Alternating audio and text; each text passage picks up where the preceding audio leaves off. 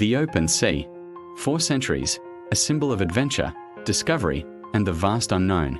But in the 20th century, one company dared to ask, what if the journey itself was the destination? This is the story of how Royal Caribbean sailed against the tide, transforming the cruise industry from a simple mode of transport into a world of floating cities and unforgettable experiences.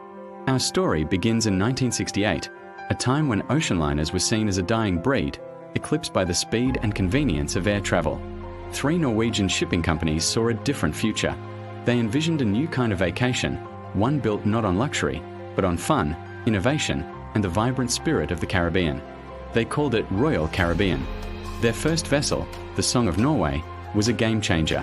While other ships were formal and subdued, Royal Caribbeans were designed for recreation.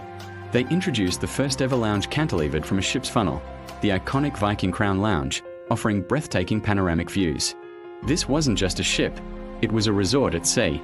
Throughout the 80s and 90s, Royal Caribbean doubled down on this philosophy.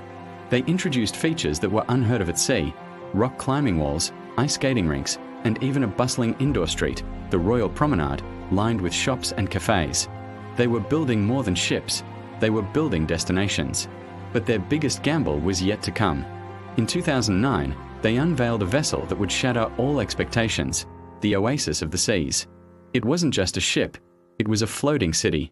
With a capacity for over 5,000 passengers, it was divided into 7 distinct neighborhoods, including a lush, open-air Central Park with living trees.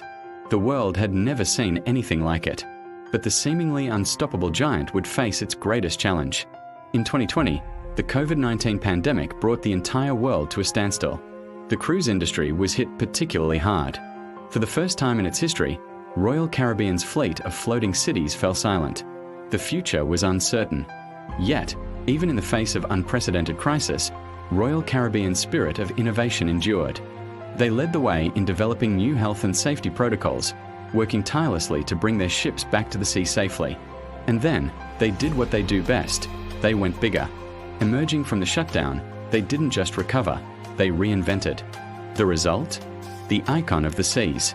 A ship that seems to defy gravity, a marvel of engineering that introduces the largest water park at sea, 8 distinct neighborhoods, and a new era of sustainable cruising. From a bold idea in 1968 to a global leader in megacruises, Royal Caribbean's story is one of relentless innovation. They didn't just build bigger ships, they built bigger dreams.